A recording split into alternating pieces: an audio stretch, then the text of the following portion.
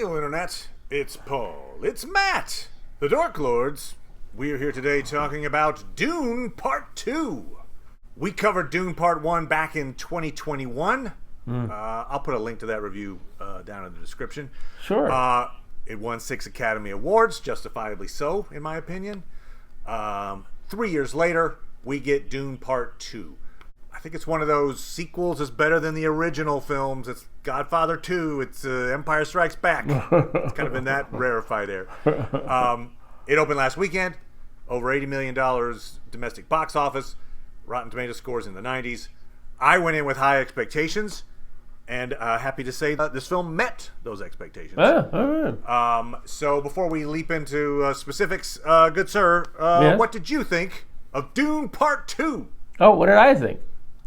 I enjoyed it. You know, I thought that they did a good job of having the drama play out on different areas too. You know, so okay, what's going on this planet or whatever, and what's going on over here. You know, I was impressed with all the performances. I think I liked Austin Butler better here than as Elvis. You know, I mean, he's perfectly fine Elvis, but you know.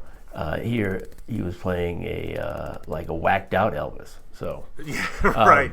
Oh, and I loved his I assume intentional imitation of his uncle. He was sounding a whole lot like Baron Harkonnen, and so he was. Anyway, it was just kind of funny how he was pulling a Stellan Skarsgård imitation. Sure. Also, I'll just say this: that filming on Getty Prime, as the Harkonnen homeworld, all that was all done with infrared cameras. And it required, apparently, I just read an article on it, like this total shift in thinking for costuming. All the materials look completely different under infrared, so they had to okay, what about that, and anyway, the set design, everything had to change because this is what we're filming with now. And then, of course, making those like celebratory fireworks in infrared looked really, really neat, like little ink blots in the sky. That was all really, really cool. Yeah. So a creative choice, I'll say that. Yeah. So I mean, I haven't gone back to watch very much of the first Dune, and I think I thought that I would go back to it, and I haven't yet. And so I'd like to think that I'd watch this again. Want to. Because in a way it's funny. I definitely enjoyed it and I liked how it was constructed, but some of the elements of it seem very simple. Okay. Like I don't want you to think of me as a messiah. No. Oh, I do want you to think of me as a messiah. Well, you know what that reminded me of? A movie we both like, Life of Brian, right? It was very yes. I'm not the Messiah. Yeah. Only the true Messiah would say that. He's like, okay, fine, I am the Messiah. He's the Messiah. Yes. Now fuck off. Yeah, exactly.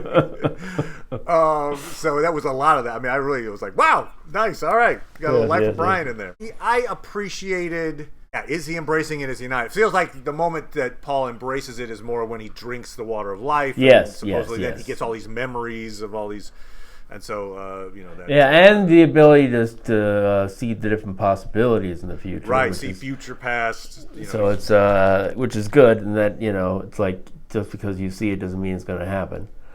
Right. And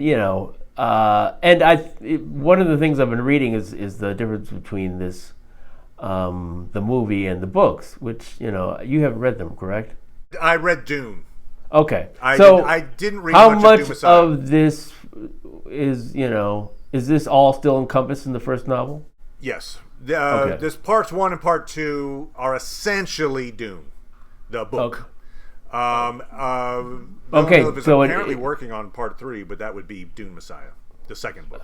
Okay, all right. So it pretty much, they both end pretty much the same place? They do, although I'll say this, they end on very different notes. The ending in the film is much more bittersweet than in the book. So kind of the whole tragic holy war and all the death and destruction. Yes, those aspects aren't really fully yet realized until Dune Messiah.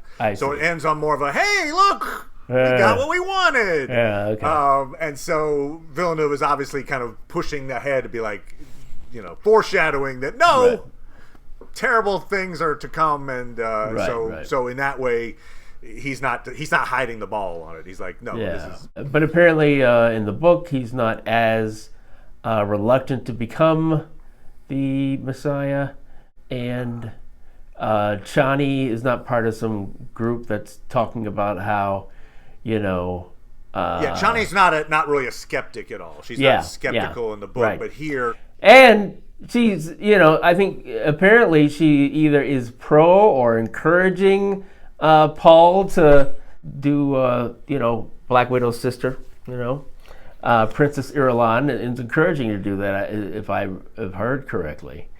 Where, of course, she's rather upset and surprised by this effort, which I think is smart.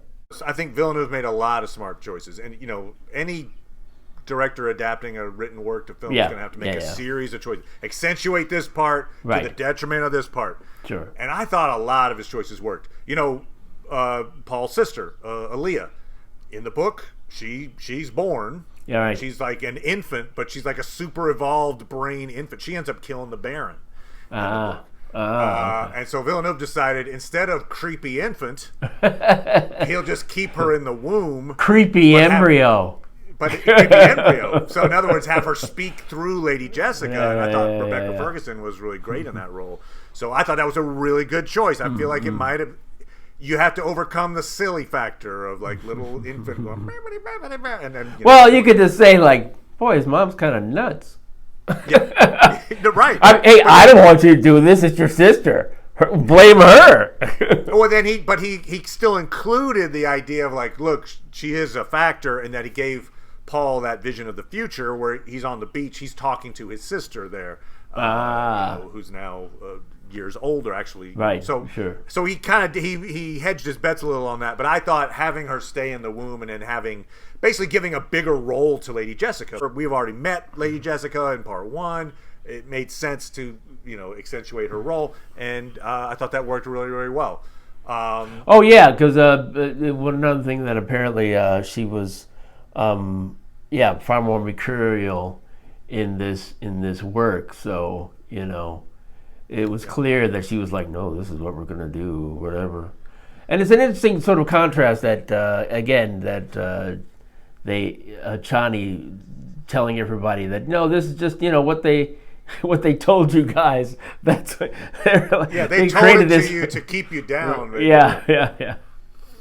And I like that also because it does give Chani and Paul a complicated relationship. Yeah, she's like, you're not a Messiah, and he for a while agrees, and then he starts not agreeing, and but all that stuff to say the power dynamic between the two of them, the fact that he's like, I'll always love you, but what? Politically, I need to marry this woman, and it works. And it doesn't seem like he's gained that much from it, though, because it's like, they don't like that plan. They're all against you. Okay, so it's a war. Houses. Yeah. That's a good point. So if we marry, then they'll be just as mad at us. Yeah. Well, I take it back. Sorry, I didn't realize the vote was going to go so poorly. You think Chani could have been like, "Hey, whoa! What's the point? Kick that bitch in the curb." They'd be just as mad if you married me. Come on. Right, exactly. But it's kind of one of those. He avoids the. We see there are obviously a lot of historical analogies you can make. Sure. And of course, in Game of Thrones. It makes that analogy too, right? With the "I want to marry for love" red wedding. I know you're a Lord of the Rings. You're a big fan, but everything is like Lord of the Rings. No, but like Peter Jackson, when he was adapting Lord of the Rings, he had to make a ton of choices. What do I accentuate? What do I do? And I thought again, he made a lot of really good choices, which contrasting to his choices that he made for The Hobbit, I think his success rate went way down for The Hobbit, but he was firing on all cylinders for his directorial choices, I thought, for Lord of the Rings. So this has that feel of like, this could be a really one of these. If I'm going to assume this film's doing really well. Villeneuve's already said that, yep, I'm writing part 3. I feel like part 3 is going to happen, and if it's equally or more successful than this, then I think you've got a sci-fi trilogy for the next few decades that people will kind of come back to and compare a lot of stuff to, and I think that's the potential of this trilogy to be. Oh, sure, yeah. But the thing that occurs to me though is like it's not just 3 books. No, and in fact, this would be 2 books made into 3 films. Right, but it's not just 2 books. Yeah, and I'll say this: I mean, the reason I stopped reading eventually, I forgot where in the I read Dune, I read at least part of Dune Messiah, but I didn't go into. You're like, you know what? There are no elves in this. There's no elves. We're hey, out. Tap out, tap out. Why do they keep shaving their feet? Oh, it gets pretty loopy. I'll say that. Like the sci-fi elements, he pushes them all in, and it goes to places that are like, they strain the credulity a little bit of the reader, and so you'd have to anyway. But it'd be interesting. I mean, by the time they get there, maybe it's kind of like how in Game of Thrones the series, they were like, let's not introduce all of the magic-y stuff necessarily for a while. Let's just talk about, these are people that are having conflicts, and those conflicts have huge implications for the people. Sure. And then at the end, there's dragons, and in a way, maybe that's how Dune does it here, is that they'll start introducing even more outrageous stuff. But that's another choice he made, in fact. Right. One of the big historical elements in this are mentats. We met one of them back in the first Dune movie, right? Thufir, and that character was basically deleted out. I think I even saw that Villeneuve was like, "This is one of the toughest choices I had to make," but that he cut that guy out, that character out of the second part. But that history of the mentats, there was like, we used to rely on computers for space travel. But then there was an uprising of the computers, and so we banished computers, and so we had humans try to imitate what a computer would do. Anyway, blah blah blah blah blah. All that stuff. It's a layering that Villeneuve obviously I think that gets in the way of the story I'm trying to tell at the moment. So maybe at some point we'll bring that around. But at the moment, I'm going to focus on this, this subset of the story elements to make my film better. And I think he's right to do it. Well, yeah, I definitely agree with that. Yeah, but for me though, to me it's the whole thing's an argument for, having a rich story that already has some experience in front of an audience, and then you just try to adapt it faithfully, and then you can succeed. So, a lot of people, like I heard the other day, somebody was saying how, this is a remake. It's nothing like, a lot of people lament the fact that Hollywood is not coming up with anything new, and, how difficult it is to come up with new franchises. And so someone suggested that this is one, and it was almost, in some ways, discarded by the person I was listening to, and that it's a remake of a movie before. But of course, that's a interpretation of a series of books. Right. So and these themes are hectic, and and I'm gonna say it. It deals with these themes far better than Star Wars with its Jedi and uprising and all that. I mean, that's what the promise that I liked of Andor. Even though the more I think about it, we'll see what the second season does. In not having also found a way to fit in Jedi and aliens, though, in a way it's still, it's like, okay, you should just go that further. Like, I've also compared all these series to The Expanse, and of course that had the magical aspect of it, which is the proto-molecule and all that. You want a rich world, that have all these themes, and so that's why I think it's so successful. All that bit about George Lucas obviously heavily influenced by Dune. Right. Yes. Attempts. Right. Arrakis became Tatooine, for instance.